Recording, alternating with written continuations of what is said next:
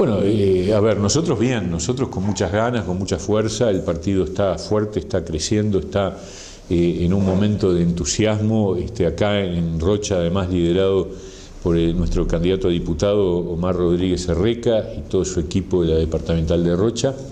Estamos visitando nuevamente este departamento, vamos a tener 2 jornadas, hemos estado ya en La Paloma, luego nos vamos para Castillos, mañana Lascano, o sea que hay un partido en pleno desarrollo y funcionamiento, pero un país con enormes dificultades. Nos duele la situación del país, tenemos problemas muy serios. Ha pasado un periodo de gobierno en donde los principales problemas que el Uruguay tenía antes del 2014 siguen vigentes, agravados por la falta de respuesta. Esa es una señal de fracaso de la gestión de este gobierno.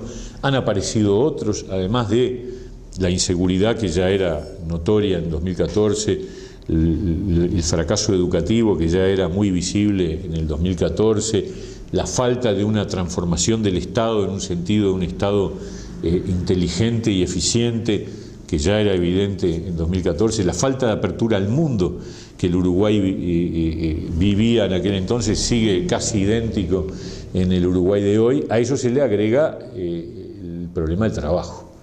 La oferta laboral se ha reducido y hay un problema creciente de competitividad de todo el aparato productivo, no solo del sector agropecuario, también del sector turístico, del sector comercial, y eso deriva en un impacto sobre el empleo en la medida que los empleadores corrigen los números que no les cierran, reduciendo personal.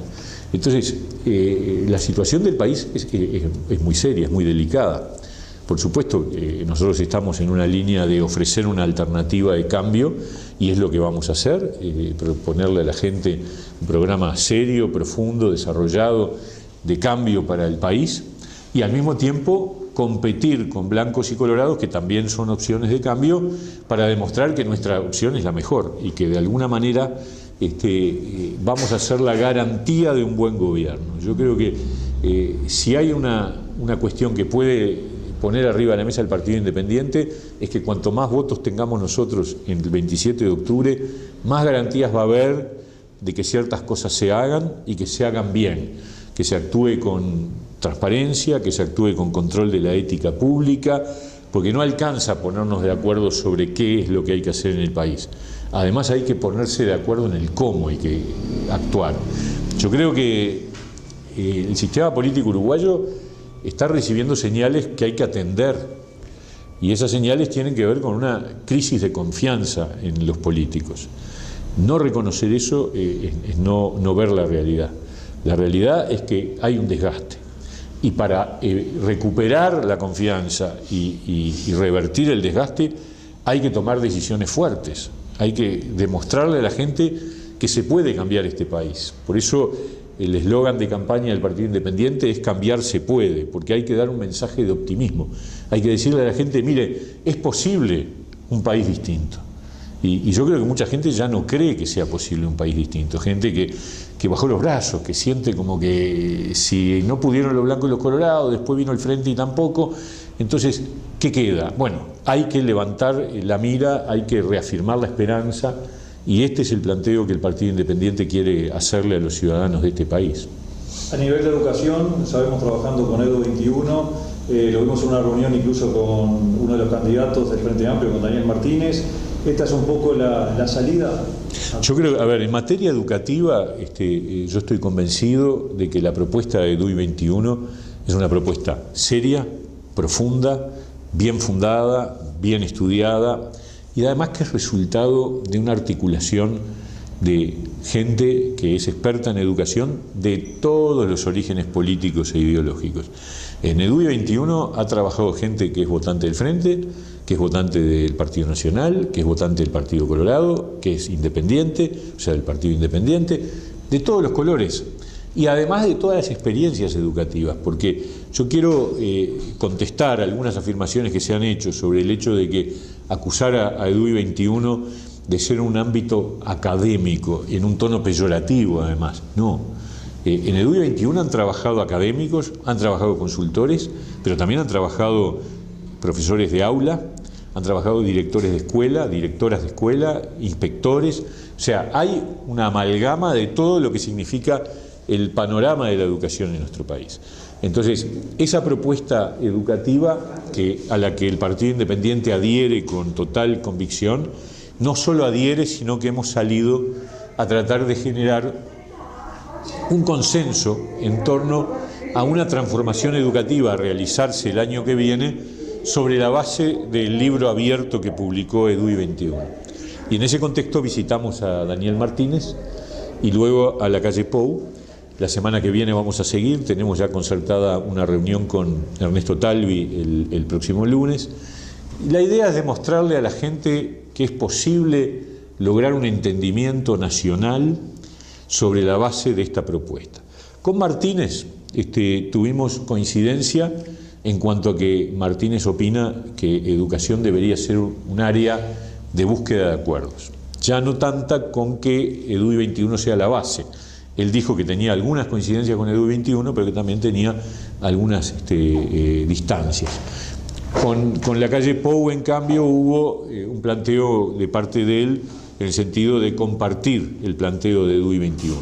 Bueno, vamos a seguir la vuelta. Yo creo que sería una gran señal en la línea de la recuperación de la confianza que los candidatos de distintos partidos acordáramos para darle garantías, sobre todo a los jóvenes y a los adolescentes de nuestro país, de que gane quien gane a fin de este año, el año que viene, cuando empiece el nuevo gobierno, que va a ser un gobierno seguramente de más de un partido, porque nadie va a tener mayoría propia, cuando empiece, estemos empezando también la transformación educativa que ha quedado postergada por tanto tiempo.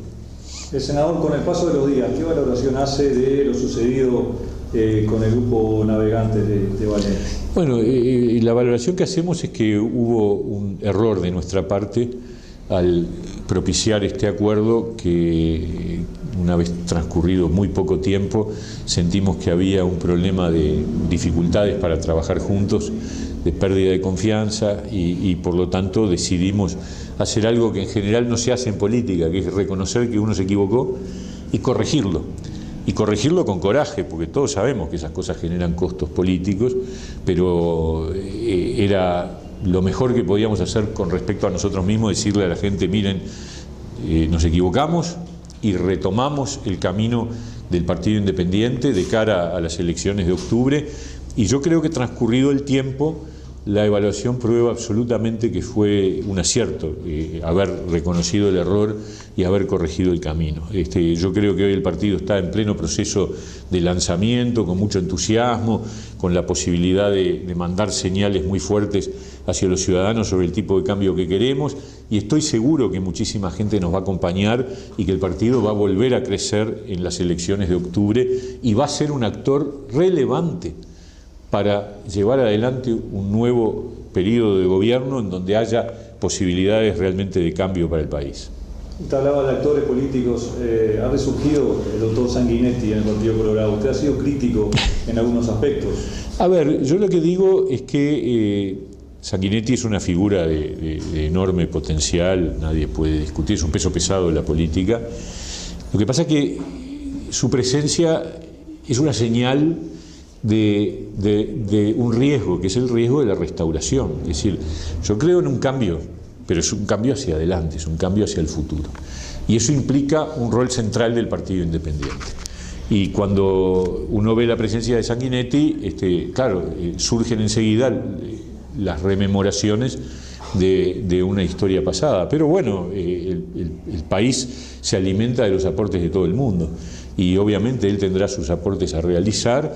Nosotros a priori no tenemos un planteo de cuestionamiento más allá de que no haya una señal de querer retornar a un pasado que ya fue, que tuvo sus luces y sus sombras, como también los han tenido estos años de Frente Amplio.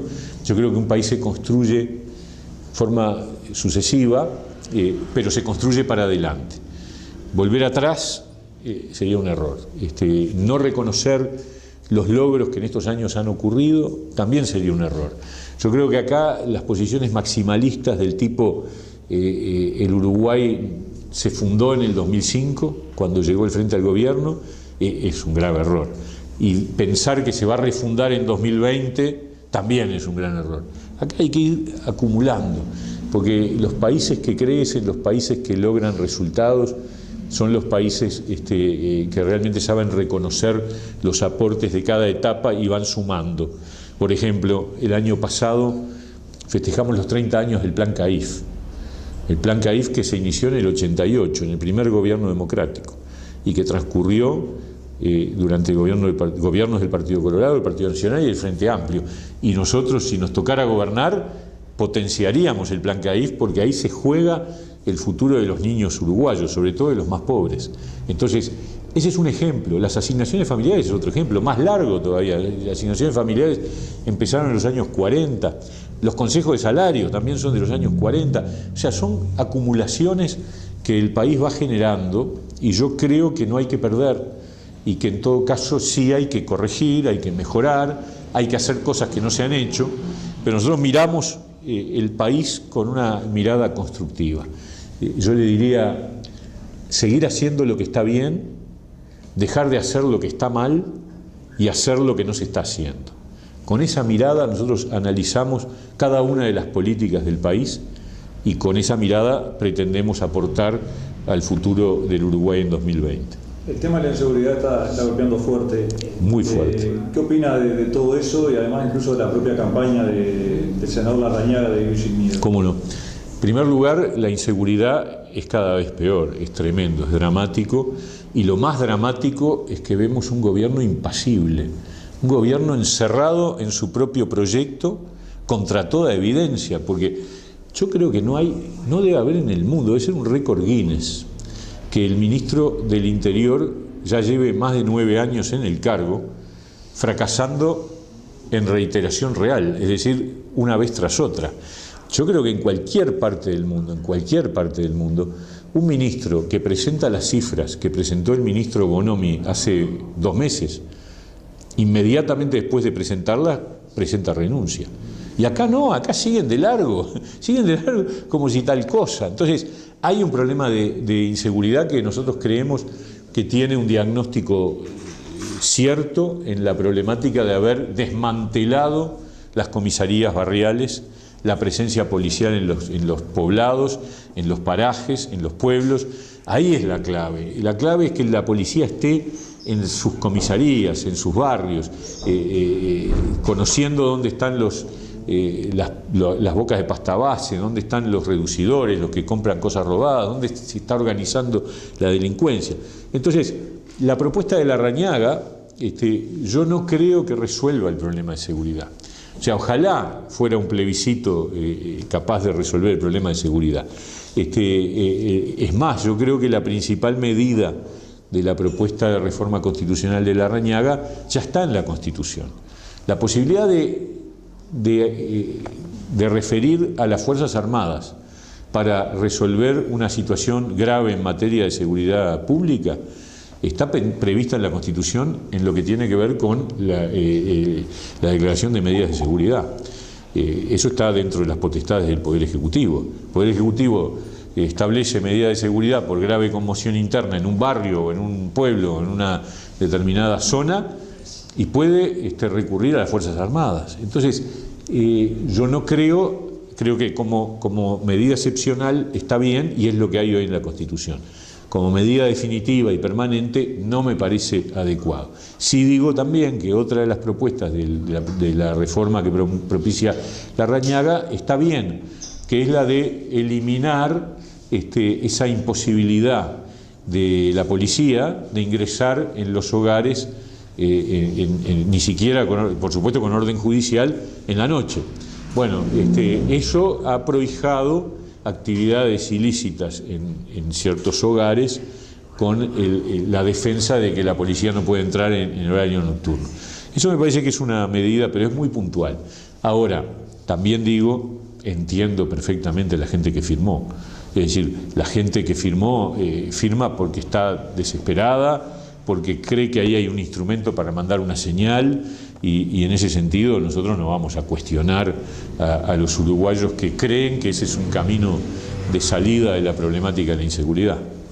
Muchas gracias por la nota. Un gusto, encantado.